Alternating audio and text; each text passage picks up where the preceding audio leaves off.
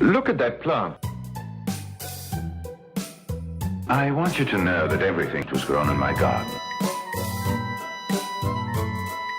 Don't touch that plant! Is it poisonous? She'll become part of the plant.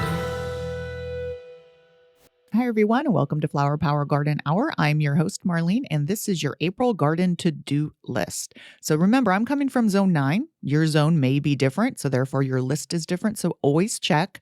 And how you can check what zone you are in is just go to USDA or Google USDA gardening zones, and a map will come up and it will tell you. And this basically is based off of like the coldest temperature in your area, so it'll help you decide what garden chores to do. So I'm coming from Zone 9. It's much warmer, but still some of this may be pertinent as well. So I'm just going to go right down the list. And of course, I'm going to start with planting vegetables because that's what a lot of people are into.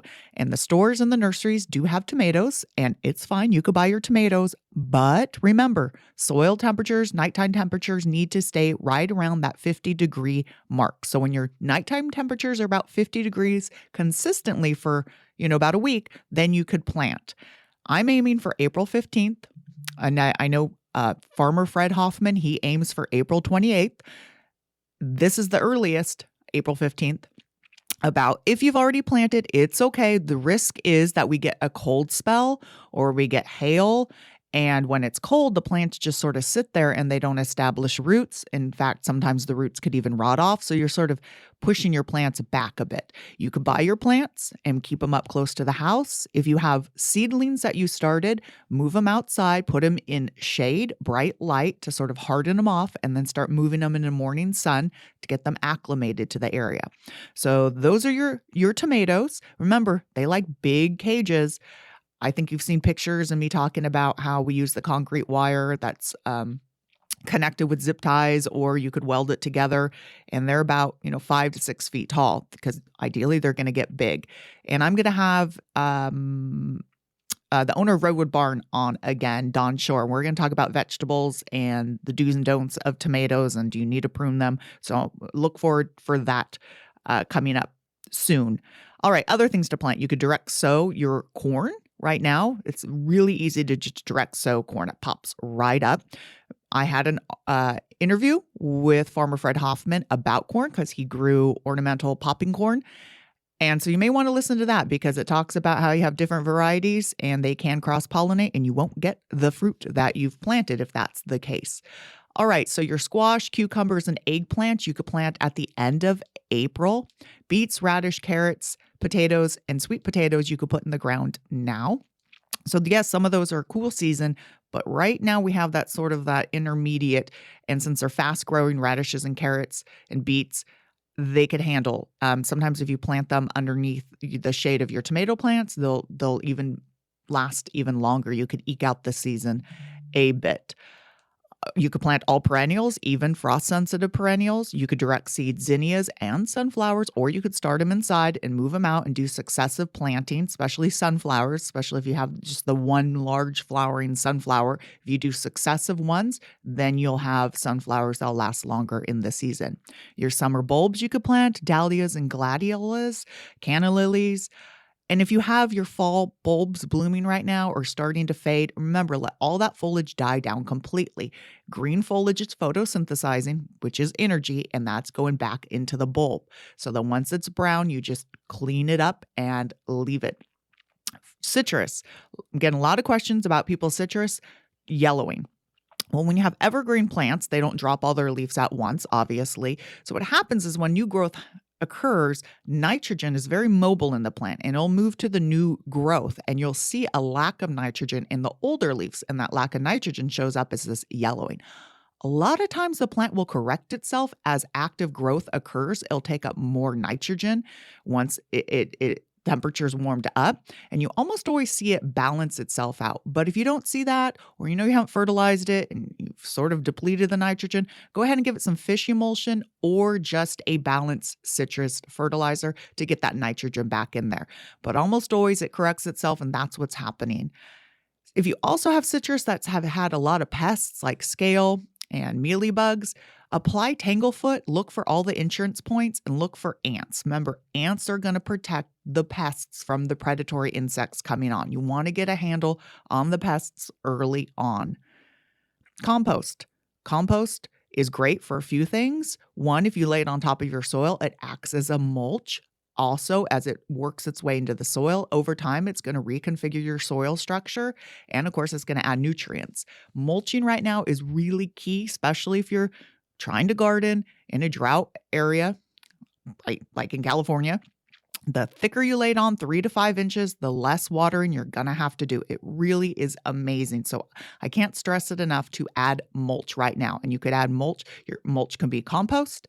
It could be wood chips, not the bark. I don't like the bark that you buy bagged. Go to a tree company, ask for them to drop off some wood chips. They know not to give you anything that's been diseased. And if you have horses that it's going to be around, obviously say no oleanders, no black walnuts, because it does have a chemical that inhibits growth, but it breaks down pretty fast. But still, it's just good practice. You could also use hay if you're going on, the cheap side. Hay is good. Yes, it can trap a little bit more bugs underneath, but I've never really had a huge issue using it. All right, check irrigation.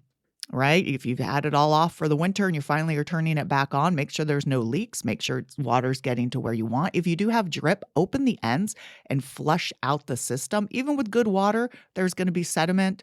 I know for me, it's just looks like I have white chalk coming out of it because of all the calcium carbonate. So just flush and check irrigation. 1, so you're not wasting water. 2, your plants are getting watered. Fruit trees. If you have young fruit trees and the trunks are exposed to the sun, paint them. If you painted them last year, it's still good to reapply.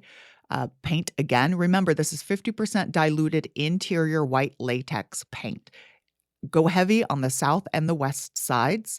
If your trees are already, big enough and they're shading themselves, yeah, it's still not bad practice to do, but, the worry of them getting sunburned is less and less. And remember, what sunburns does is it literally blisters the side, and that causes a wound, and that's perfect entry points for diseases and pests.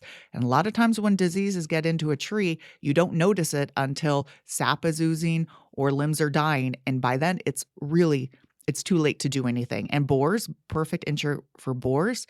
Borers are just larvae that tunnel through and will kill the trees. Not much you could do for them either. So really get on it before. And if you have young fruit trees, of course, keep anything away from the trunk. When I say anything, that is any bark, any compost. You don't want it touching the trunk because that's wet material, and foliage. You don't want it right up there because the worst thing you could do is hit it with the weed eater because that's going to cause wounds. And it's also a good idea to just put some mulch around the base as well to maintain that soil moisture. Weeds. Now we're coming into spring and summer weeds. Yay.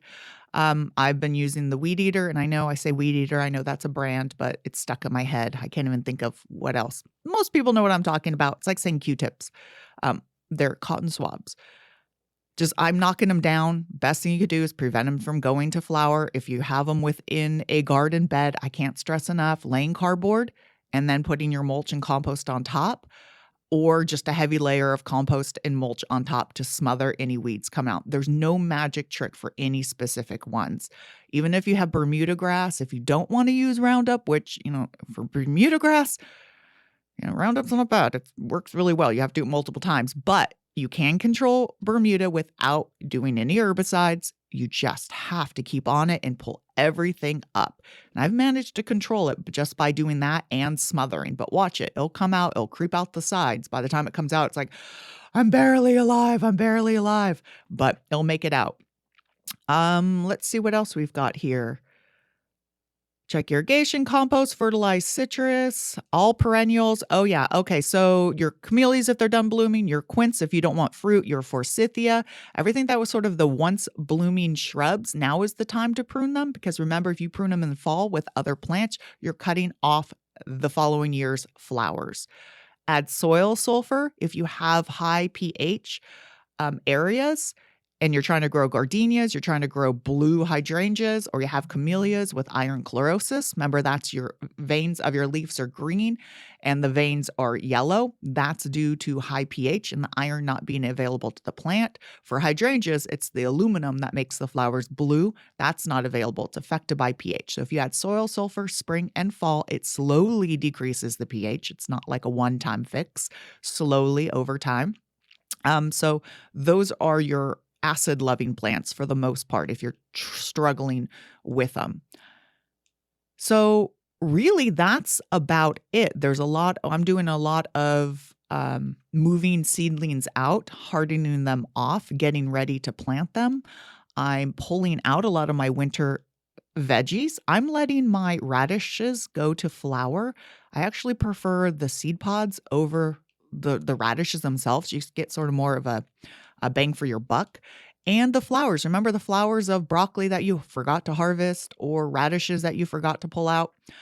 All those flowers are great for early season pollinators. When your flowers aren't up and going, you could just see them buzzing around. And, I still have beets going.